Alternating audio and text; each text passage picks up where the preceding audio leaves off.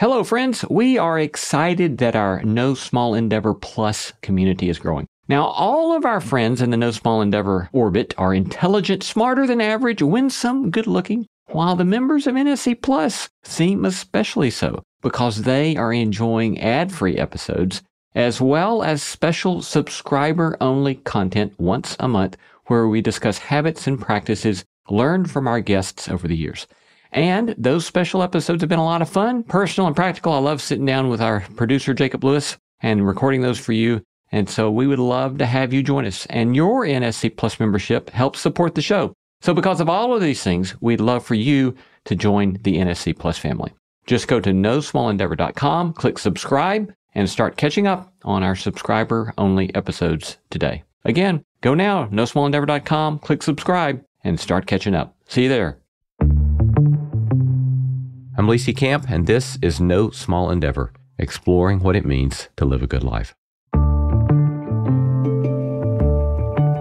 You don't go to the margins to make a difference. You go to the margins so that the folks at the margins make you different. That's Greg Boyle, Catholic priest in Los Angeles, California, and founder of Homeboy Industries, the world's largest gang member intervention program in the world. One day, a former gang member entered Greg's office. Big, huge hulk of a guy holds his hands in his face and just sobs. And he says, I have found my purpose here. Today, an episode full of the wisdom gleaned from a life of taking delight in the person in one's midst and the gladness discovered in just showing up. All coming right up.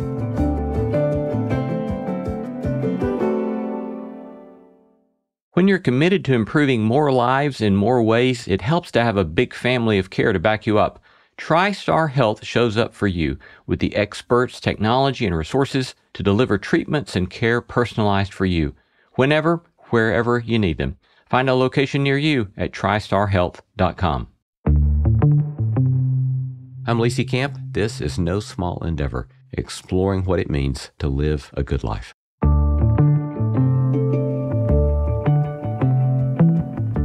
Starting in the 1980s, the city of Los Angeles, California was ravaged by what is now known as the Decade of Death, a period of unprecedented gang violence peaking at 1,000 killings in 1992 alone. It was a time of much unrest, fear, and finger-pointing, turning many of the city's poorest areas into, for lack of a better word, war zones, desperate for socio-economic stability and communal peace. And it was in the midst of this hostility that Father Gregory Boyle became pastor of Dolores Mission Church. At the time, it was the poorest Catholic parish in L.A., in the most violent neighborhood in the city. I was pastor of the poorest parish in the city, as you mentioned, and so that was 37 years ago that I first arrived. So though Homeboy is 33 years old, I was kind of working with gang members prior to that. But I was kind of forced to. I mean, I never set out to do anything. Homeboy refers to Homeboy Industries, a nonprofit organization Greg founded in 1988, which sought to address gang violence in a way unheard of at the time, to treat gang members as human beings. Today, it's the largest gang member rehabilitation and reentry program in the world. First thing we did was we started a school because we had so many middle school, junior high age gang members who no school wanted them. So once they got the boot, they were wreaking havoc in the projects and they were writing on the walls and violent and selling drugs. So I went out to them and I'd say, hey, if I found a school that would take you, would you go? And they said, yes. But the main impetus was the fact that I was burying kids. So in 1988, I buried my first, and on Saturday, I buried my 249th, and then on Thursday, upcoming, I'll bury my 250th. So that was a kind of a wake-up call for us as a parish. So we started a jobs program and then started enterprises, businesses, because we couldn't find enough felony-friendly employers. Take it from some of the stories you tell that it was not necessarily welcomed by all in the neighborhood when you started? So the first 10 years were death threats, bomb threats, hate mail, never from gang members because we always represented hope to them, but, kind of fueled a lot by law enforcement. Many of the anonymous letters were, I'm a police officer, I'm a sheriff, we hate you, you're part of the problem, you're not part of the solution, which always seemed sort of confounding to me because it was abundantly clear to anybody close to the ground that if you, invested in them or you engaged them in a positive way, they weren't participating in anything negative. And yet they had so been demonized, they were the enemy. So the friend of our enemy is our enemy. And so that became untenable for folks. But, the good news is that's a memory that's hard to retrieve. So it's almost, it's been 20 years since that's been so pervasive in Los Angeles, which is to say, I think that Homeboy has helped shift how people see what if we were smart on crime rather than just tough. In addition to that memory being harder to retrieve, are there other kind of things as you look back that are surprises to you or that you have to kind of remind yourself of that, oh, yeah, this is the way things have unfolded for me? Well, in the early days, because we had 8 gangs that were at war with each other, so my whole being in the evening was on my big black beach cruiser patrolling. So I would I'd visit all 8 gangs before I went to bed. Sometimes this was, wow, till after midnight, and it was a kind of a calming kind of thing where they'd see me and we'd talk and why don't you go inside and you don't live here. I'll come back with my car and I'll take you home, or put that Uzi down. Are you sure you want to shoot that guy? That kind of thing. So in the early days, I would do peace treaties, truces, and ceasefires. And I always say I don't regret that I did that, and I would never do it again. It was one of those things.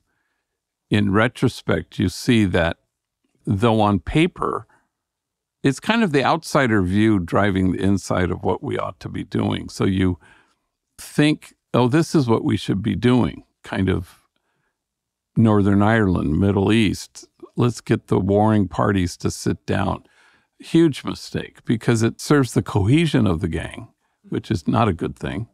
And it supplies oxygen to gang life, equally not a good thing. So I look back on that and I go, yeah, it was a natural thing. Now, people still do it all over the country, and they still think that gang violence is about conflict resolution, but there is no conflict in gang violence. There's violence, but it's not about anything. It's not a conflict. So you can't sit the parties down, which is always a kind of a misconception that people have, So the notion of it giving oxygen to gang mentality or gang identity is simply that I understand you to be saying that when you sit them at a table or invite them to a table as gang members, that's reifying that gang identity. Absolutely. And at Homeboy, we now say we don't work with gangs. We work with gang members. Interesting. And we don't recruit or cajole or coax, and everybody knows where we are. We call it the magic of the swinging doors. You open that front door, welcome. Welcome at Ticker Tape Parade. They come in and a homie said, there's an aroma, It's the whole talk about the kingdom. It's about kinship and connection and people immediately tasting beloved belonging and then wanting that. But we don't try to go out to anybody because it's like rehab. We don't exist for those who need help. It's only for those who want it. So it doesn't work if you don't freely walk in the door. Having said that, they're all on a continuum of readiness. It's always like an AA meeting, like who's there? Somebody who's 20 years sober, somebody who's 20 minutes sober, and somebody who's drunk, but he's there. Yeah. And it's that kind of fluid continuum and spectrum is the thing that always happens. And do you think then that you use the word addiction and you've alluded to AA, so do you see attachment to gang identity as an attachment or as an addiction? It kind of is, in as much as the opposite of addiction is community. And so community will always trump gang life once they have a taste of it. But it's all part of the longing of people. Everybody is born wanting the same things. So once they kind of discover that. But in recovery, it takes what it takes. And in gang recovery, it's the same thing. It can be the birth of a son, the death of a friend, a long stretch in prison. It takes what it takes, but no amount of me wanting that guy to have a life will ever be the same as that guy wanting to have one. So, I always say ours is a God who waits, and who are we not to? So you wait for people. It's frustrating because you would like to accelerate people's feeling cherished and nurtured and accelerate the healing. But it's the same as I don't know how else you can do it except to wait for people to show up and to be as attractive. You say in your most recent book that you were angrier when you were younger, that you shook your fist a lot. What precipitated a change in you in that regard? I think part of it was I was bearing so many kids, and there was a kind of a killing of Karen Chilshimo, who was killed in Westwood, which is where UCLA is, and it's kind of a shishi foo-foo neighborhood. It's where you'd go to movies and nice dinner, that kind of thing. She was a graphic artist and was on a date and got caught in the crossfire, in gang crossfire, and she was killed. And then suddenly, it was a $25,000 reward. All these detectives were dropped from lots of cases and assigned to this one. Police presence was intensified, and the reward was offered for information that would lead to the arrest and conviction of whoever did this. Now, at that juncture, that was kind of the climate. And at that moment, I was bearing 8 kids in a 3-week period. And it was clear that one life in Westwood was worth, the 35 I had buried at that point. And so you wanted their lives to matter. But that was a different time for me. You get indignant when you're younger, and you don't want to settle for moral outrage when you should hold out for moral compass, and they're not the same. Say that again. That's so helpful. Moral outrage is kind of where we get stuck, where we shake our fist. And the hard truth of moral outrage is when I am outraging, it's about me. It's self-congratulatory. It strikes a high moral distance between me and others, and we settle for moral outrage. But we ought to hold out for moral compass. Moral outrage points things out, but moral compass points the way. You want to be able to point the way. You want to say, over here, let's imagine this. And then you insist on the undergirding principles that are so essential. We belong to each other, and every single human being is unshakably good. And that's where I begin. Once you start there, you won't fall prey to the seduction that just has you shaking a fist. And basically, not just denouncing something, but insisting that it be about me. It's subtle, I think. Subtle, but wow, it's terribly helpful distinction.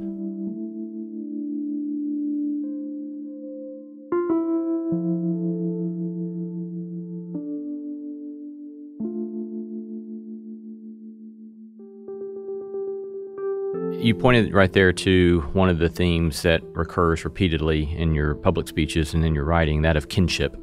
Would you describe how that functions for you in thinking about your work and in doing your work? Yeah, you don't go to the margins to make a difference. You go to the margins so that the folks at the margins make you different. And so then it ushers in this kind of exquisite mutuality.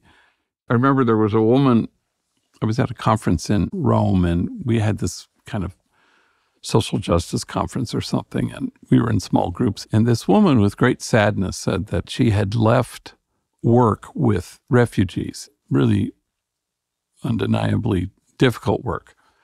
And she felt guilty about doing that. And then she said, I think, there were some moments of joy. And then she proceeded to talk about successes, outcomes, measurable things. And I thought, she's mistaking success for joy. And they're really quite different. And so the essential piece of kinship is to purify your narratives a little bit. Nobody has ever attended a graduation ceremony that didn't say, go and make a difference. Yeah.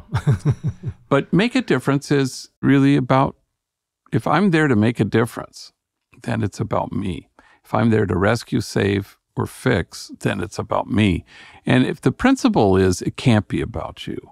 So in the gospel, when Jesus says it's really hard for rich people to enter the kingdom, it's not about bank accounts, it's about humility. And that the understanding of Jesus of rich folks is that there's not a lot of humility. It's really hubris. And so can you receive people? And there was a homie I met in Houston who doing hardcore gang intervention in the streets of Houston. And he said, how do you reach them? He kind of pleaded with me after a talk. How do you reach them? Meaning gang members. And I said, well, for starters, stop trying to reach them. Can you be reached by them? Huh. Now, that's a whole other stance that's different. That's not, I'm going to go make peace. I'm going to enter into relational wholeness with people. That's hugely mutual. And I'm going to only begin and only do one thing, which is I'm going to allow my heart to be altered. I'm going to be reached by this person. I'm going to receive. When I took this course from Henry Nouwen at Harvard Divinity, I remember a woman asked him, what is ministry anyway? And he was quite frustrated with the question. He said, can you receive people? He said, that's it. Can you receive people? Which again feels so passive if were it not for the fact that it's the most liberating thing for somebody to be received. Yeah, and when you say somewhere that you've decided that key to all this is simply the practice of showing up. It feels like you're not making something happen, that you're not making a difference, which is why people burn out, because it's about them. Yeah. And they're trying to fix and save. But if it's about the other, and if all you do is love being loving, and you receive people and you allow yourself to be reached and heart altered, then it's eternally replenishing. You will never burn out. I mean, it's kind of the key. And I think that's an important thing, especially in ministry as people want to serve. It's hard to enter into kinship with people if it's about you or if it's about hubris rather than humbly accepting people where they are.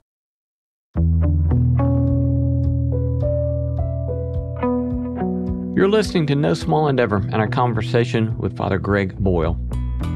I love hearing from you. Tell us what you're reading, who you're paying attention to, or send us feedback about today's episode. You can reach me at lee@nosmallendeavor.com. You can get show notes for this episode in your favorite podcast app or wherever you listen. These notes include links to resources mentioned in this episode, as well as a PDF of my complete interview notes and a full transcript. We would be delighted if you'd tell your friends about No Small Endeavor, invite them to join us on the podcast, because that helps extend the reach of the beauty, truth, and goodness we are seeking to sow in the world. Coming up, Greg tells some truly breathtaking stories on entering kinship and reteaching loveliness.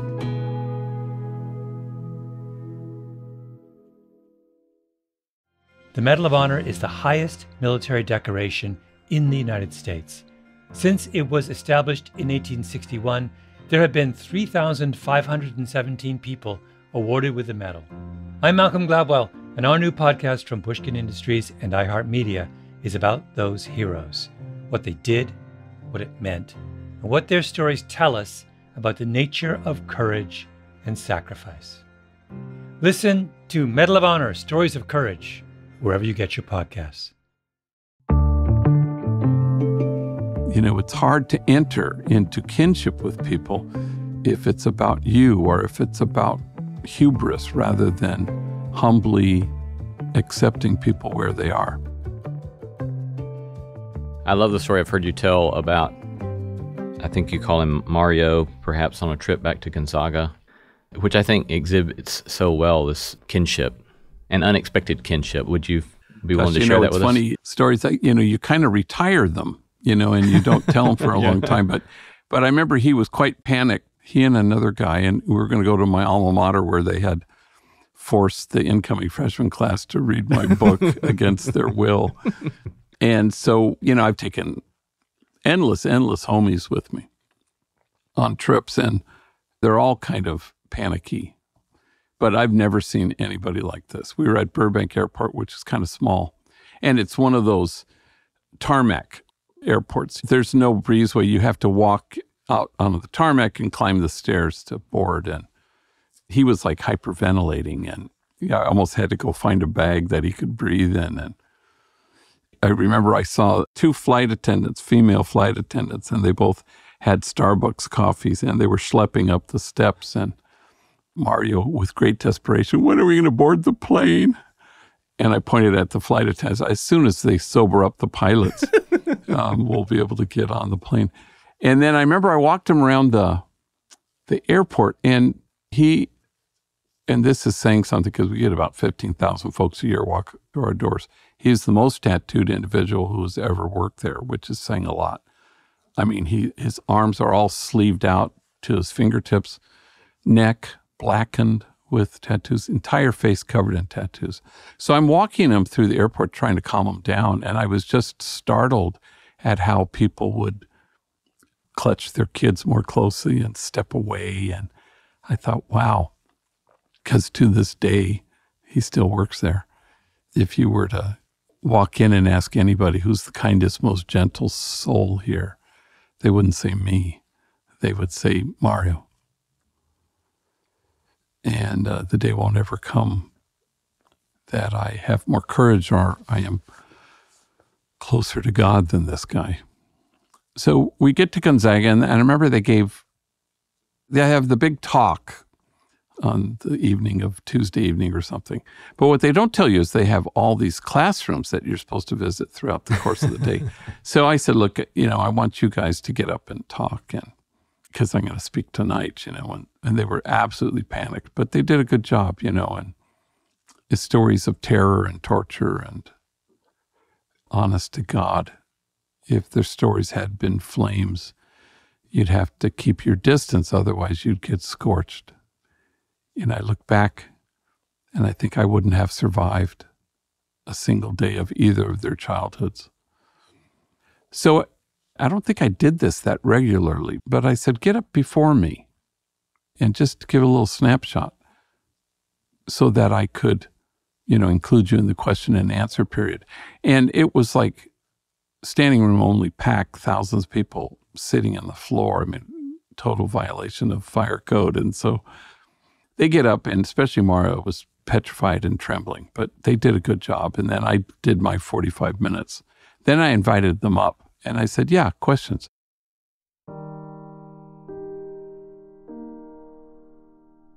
And a woman stands up. I got a question for Mario. First question out the gate. So he's just a tall drink of water, skinny guy, gets up to the microphone. Yes. And he's terrified. And she goes, well, you say you have a son and a daughter. They're about to enter their teenage years. What advice, what wisdom do you impart to them? What advice do you give them? And Mario stands there getting a friggin' hernia trying to come up with the right answer. And I can tell he's starting to kind of crumble under the weight of it. And finally he just ekes out, and then he stops. And then he kind of holds his face in his hands, and people don't know if he can continue. And then he says, I just still want my kids to turn out to be like me. And there's silence until the woman who asked the question stands and says, with great tears, Why wouldn't you want your kids to turn out to be like you? You are loving, you are kind, you are gentle, you are wise. I hope your kids turn out to be like you. And 1,000 total perfect strangers stand and they won't stop clapping. And all Mario can do is hold his face in his hands, so overwhelmed that this room full of strangers had returned him to himself. And they were reached by him, which returned them to themselves, which is the way it's supposed to work. Thank you. It's beautiful. It's beautiful.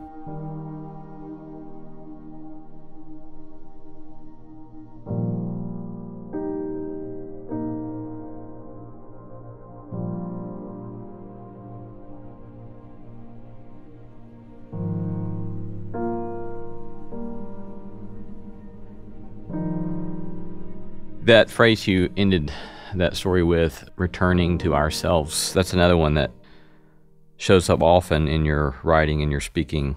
And I'm about to share a quote from the poet Galway Kinnell, but I will say that especially in Tattoos on the Heart, I want to go back and just collect the quotes you've got in there that hold these stories together. There's so many beautiful, and it's like, you got Merton, you've got Wendell Berry, Pema Chodron, Emily Dickinson, Mary Oliver, and so forth. It shows your MA in English, I suppose.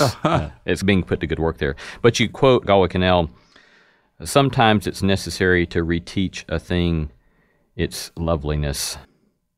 And it seems that this is a particularly helpful way to construe what it means to be human, to return to ourselves. I love, and my students, I'm sure, get tired of hearing me talk about Irenaeus, 2nd century, the glory of God is a human being fully alive. That's right. And I hear that phrase you use, being returned to ourselves, is sort of synonymous with that sort of vision of life. Well, I also think it's a wonderful poem. It's a little bit like people talk about second chances. And there was a homie who worked at the Silkscreen who actually is the supervisor there. And he said, whoever gave them their first chance. And so it's reteach somebody their loveliness as if it had been taught to them before. So that's kind of a misconception because it often hasn't been. But when you talk about unshakable goodness, there are no exceptions to that. And part of our being stuck in moral outrage is we think there are plenty of exceptions to the unshakable goodness piece. So you have to kind of believe that every human being has the loveliness that is their truth. And surely there are things that impede people from seeing that truth. It's about the human being, glory of God, fully alive. But it's also the glory of God holding the mirror up and reteaching loveliness and telling people that truth. Carl Rogers talks about prizing, which isn't so much praising. It's about this notion of fully accepting a person and then prizing who the person is.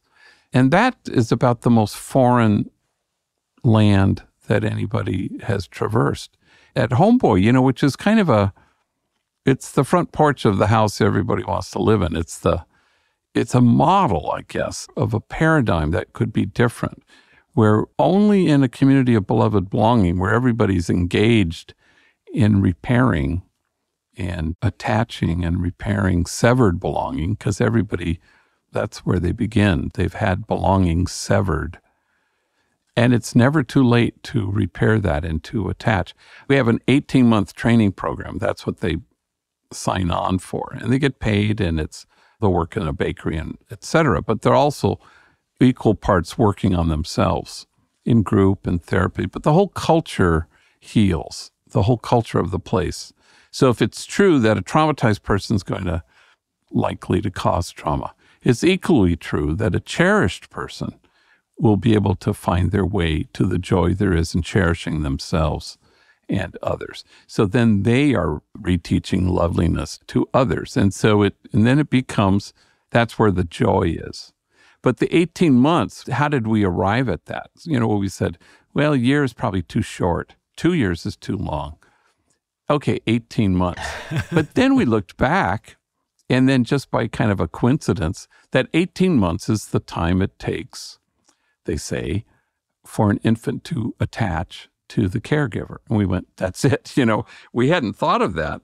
But then it became, our reason was, this is about attachment repair, where people who, all of them are a 9 or 10 on the ACEs, on the Adverse Childhood Experiences spectrum. I'm a 0 on the ACEs, and I grew up in the same city as these folks.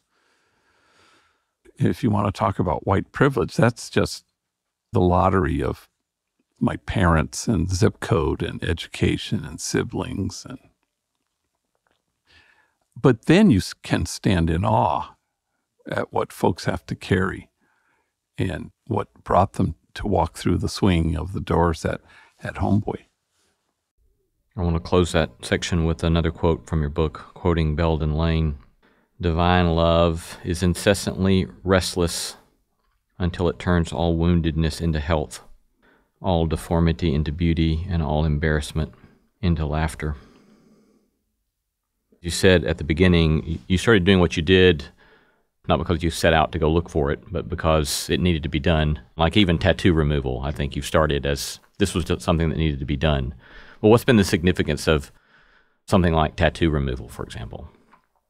The truth is you don't think things up, you evolve. And so tattoo removal there was a need and we did it, and we don't force anybody. It's all part of their own desire to turn their life around. I mean, in the early days, we were trying to limit alarming tattoos, neck and face, elbow down. And I remember a homie came and he lifted his shirt and his whole chest was covered with the name of his gang. And I thought, well, keep your shirt on, and no one will see it. He goes, my son will. I go, okay. I mean, it's so painful. It's so arduous. A tattoo like that would have taken 30 painful treatments.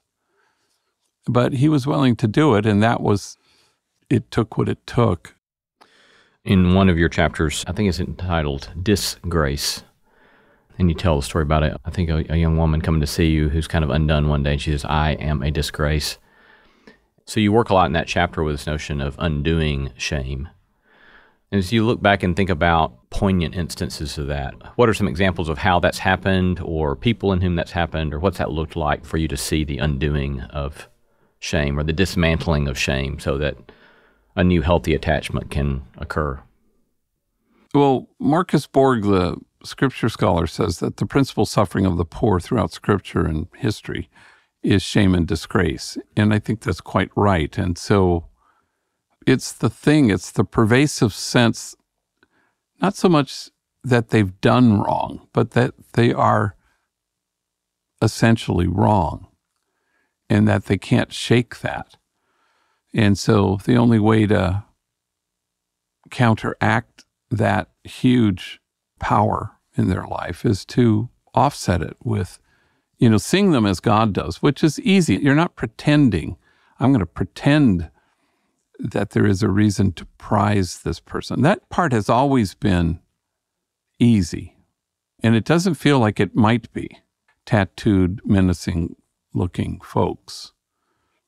But during the pandemic, because I have leukemia, so they set up this tent outside in the early part of the pandemic. And it was, think more Lawrence of Arabia. It was just a huge white with windows. It was quite spectacular. It had a rug and my desk and, and they kind of surprised me with it because they were just petrified of me actually being in the building, So we have a security guy named Miguel, who's just the largest guy who has ever worked there, and has a big shirt that says security on the back. And so he's kind of traffic cop. So he's escorted people in, make sure they have their masks on, and then he shows them how to leave, how to exit. And so I'm watching him, and he's, especially with the younger homies who came in to see me, and the whole thing is kind of the Godfather will see you now, and so they bring them to me, and they're 6 feet apart and all this kind of stuff. And so then he would direct the young guys out, and I would hear him say, hey, Papa, you can leave this way. Now, Papa is something you would call your son. Hmm. And it's very affectionate. And it's a loaded word because it's just steeped with a very healthy, good father-son relation. Papa, if you could just go out that way, very tender. And then homie comes in later on, and he sits down and he says, you know that guy back there? And he points at Miguel and he says, well, he's my worst enemy in the whole world. And right now, he just gave me advice that consoled me, which seemed like a incredible word to use. And then, he left. But at the end of the day, I called Miguel in and I wanted to prize him, sort of, and I wanted to say, hey, I noticed how, you would say papa to the younger guys. That was so tender and cariñoso, affectionate. And then I mentioned that kid who was his enemy, and he knew exactly who I was talking about. And he so valued your advice to him. Well, he just, big, huge hulk of a guy sitting in front of my desk, holds his hands in his face and just sobs.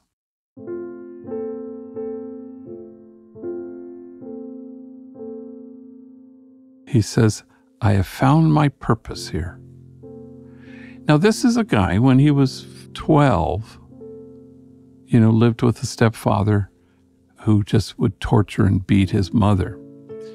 And he was sexually abused by 3 adult relatives. And one day he came home and he couldn't find his mom, and she was tied up and gagged in a closet. And his stepfather once had thrown her through a window, like you see in the movies. And so he killed him.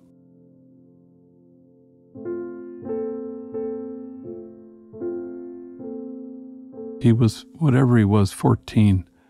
And he went to what we called then youth authority, which is where they send very young, seriously offending kids. And he was there till he was 25. And then they sent him to prison for an additional 10 years, and now he works for us. But he's found his purpose, and I've never had to carry what that kid carried. So it's reteach his loveliness, but loveliness was a foreign land for a kid like this. But now he loves being loving. And was he always unshakably good? Yes. Did he always know it? Rarely.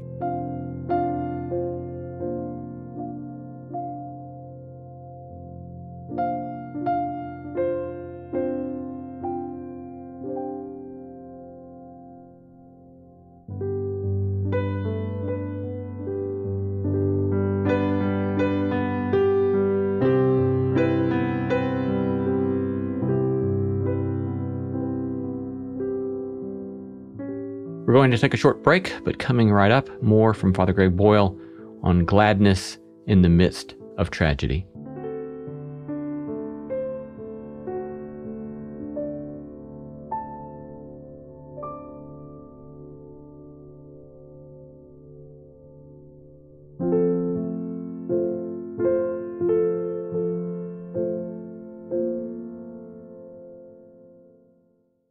Hey there. Did you know that we have a newsletter? Just imagine if you could have one of your favorite ethics professors send you a list of things to reflect on, think about, practical actions with which to experiment, all on your way to sorting through what it might mean to live a good life. Well, that is the NSE Notebook. I riff on themes and topics related to the show and our guests. Sign up for my NSE Notebook today at nosmallendeavor.com/newsletter. Near the top of this episode, we heard Greg say that the main impetus for the work in which he has found himself was this. The fact that I was burying kids. So 1988, I buried my first, and on Saturday, I buried my 249th. And then on Thursday, upcoming, I'll bury my 250th.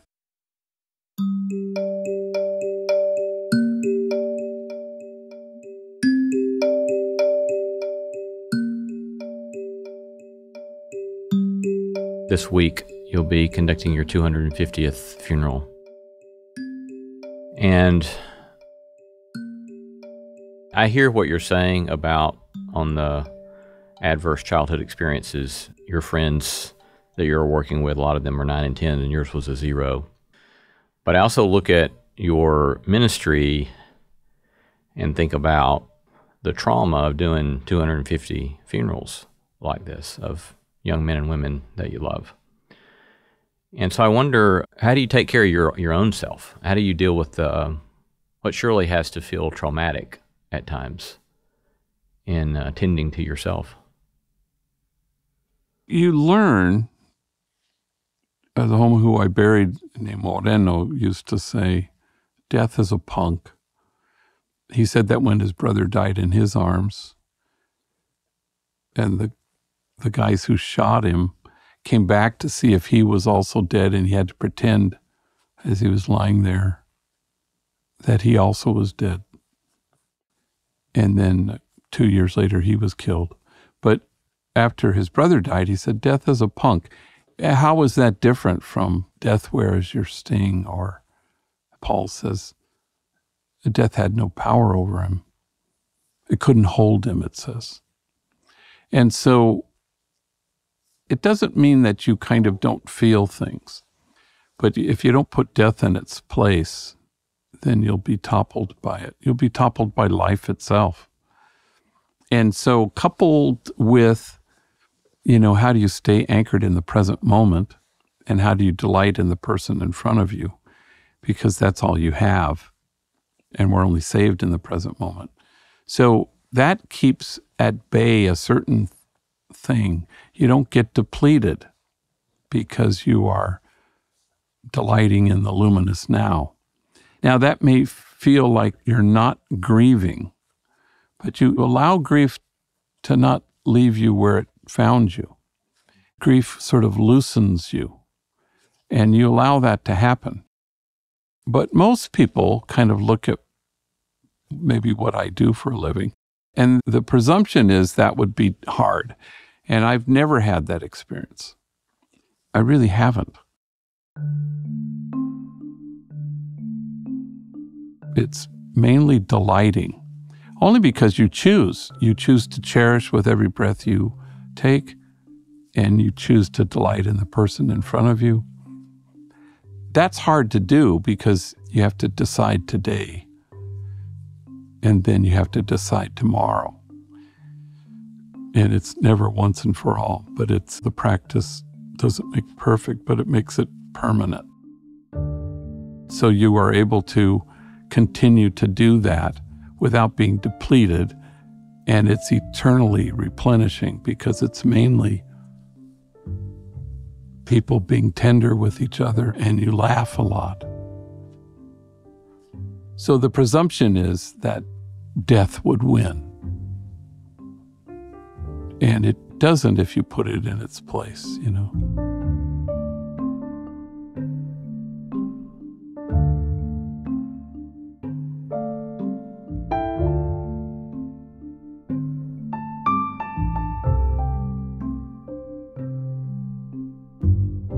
The third main topic that I wanted to raise with you is the one, again, you just pointed to, and that is delight and gladness, which is another kind of thing that keeps repeatedly bubbling up in your writing.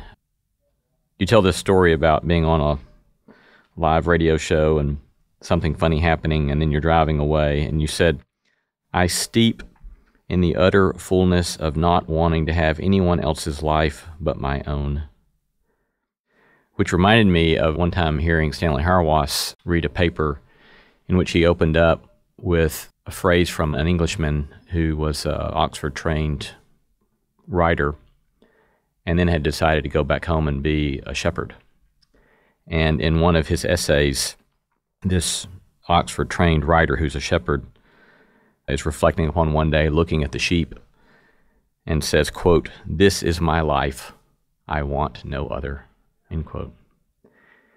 I remember Stanley saying, this is what it means to live life, is to find yourself, as you look back upon your life, being able to say, this is my life, and this is what I'm grateful to receive, and this is what I want.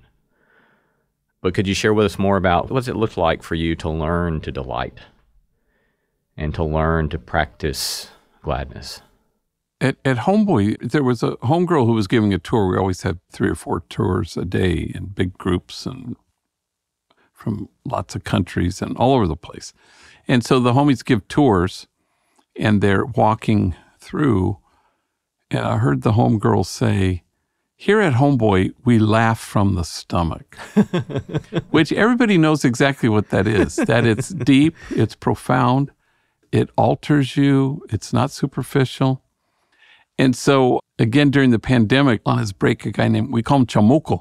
And Chamuco means, it's kind of a playful name that in Spanish for the devil. You know, it's kind of affectionate, actually, Chamuco, because he has 2 big devil's horns tattooed on his forehead. To his credit, he's getting them removed. But he works in the bakery, so he comes in and he's dusted with flour and has his apron on and he has his hairnet on and he has a mask on. So this is during the pandemic and he's standing in front of my desk. And during the pandemic, I was able to fix his teeth and he wanted to express his gratitude. So he says, "Can I take off my mask to show you my grill?" They always say grill when they talk about teeth, to show you my grill. And so he's kind of broadly smiles and big Colgate smile. And then he looks at me and he says, "Not only did you pay for this smile, you are the reason I'm smiling." Mm. And then there was this silence and he goes, "Hey, that's good. Write it down." And so I started to write it down and he's redictating it. And not only did you pay, and I think he was just hoping to get in my 3rd book, and he did. He right under the wire, I begin my epilogue with that. But the 2 of us, we just laughed from the stomach. And he went with me before the pandemic with another guy, Robert, and we went to Sacramento to give some talks. So we got in later than I like to on a Sunday night, you know. And so we're at Sacramento Airport. We're going to the shuttle bus to take us to the rental cars. And so we get in and I'm sitting across from this guy, Robert. Well, Chamuco goes and sits in the back, at the very back of the bus. And then, you know, people start to fill on the bus. But as soon as they see him, nobody wants to sit on either side of this guy. So they assiduously do this foxtrot to avoid him until finally there are only 2 seats left on either side. And people very reluctantly sit down next to him. And then we start to go to the rental car thing. And if you've ever been there, it's a very kind of wooded, secluded, dark. And somewhere in the middle of this wooded and secluded place, the electric thing just... all the lights go off and the bus shuts down. And for some reason, everybody is silent. And you can hear clicking that, "Sorry, I'm working on it," and silent. And in this dark, secluded place, this voice from the back of the bus says, "I saw this in a movie once. It does not end well." Well, the whole bus laughed from the stomach. And it was so joyous. And at that particular time, you know, I'm almost certain that half the bus voted a certain way in a presidential election and the other half voted in another way. But somehow, this kinship was brought to you by the guy with the devil's horn sitting at the back of the bus that nobody wanted to sit next to. And suddenly, kinship so quickly and connection and beloved belonging brought to you by this guy. We've been talking to Father Gregory Boyle, founder and director of Homeboy Industries in Los Angeles, California. Thank you so much for your time and for your work and your goodness and delight in the world. Thank you. Great to be with you. Thanks.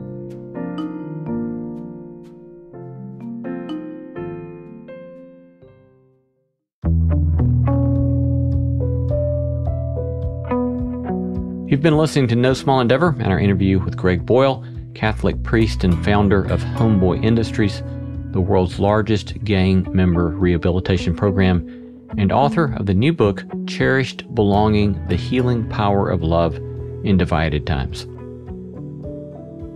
We gratefully acknowledge the support of Lilly Endowment Incorporated, a private philanthropic foundation supporting the causes of community development, education, and religion, and the support of the John Templeton Foundation, whose vision is to become a global catalyst for discoveries that contribute to human flourishing.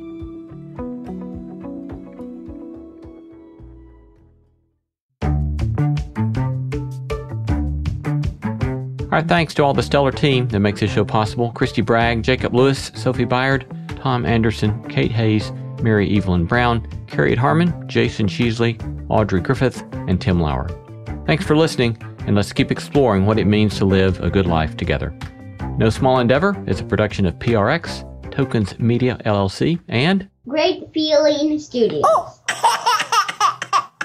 Hey there, Jacob Lewis here, executive producer of the show, as well as co-host of all of the bonus material that you will hear with Lee on No Small Endeavor Plus.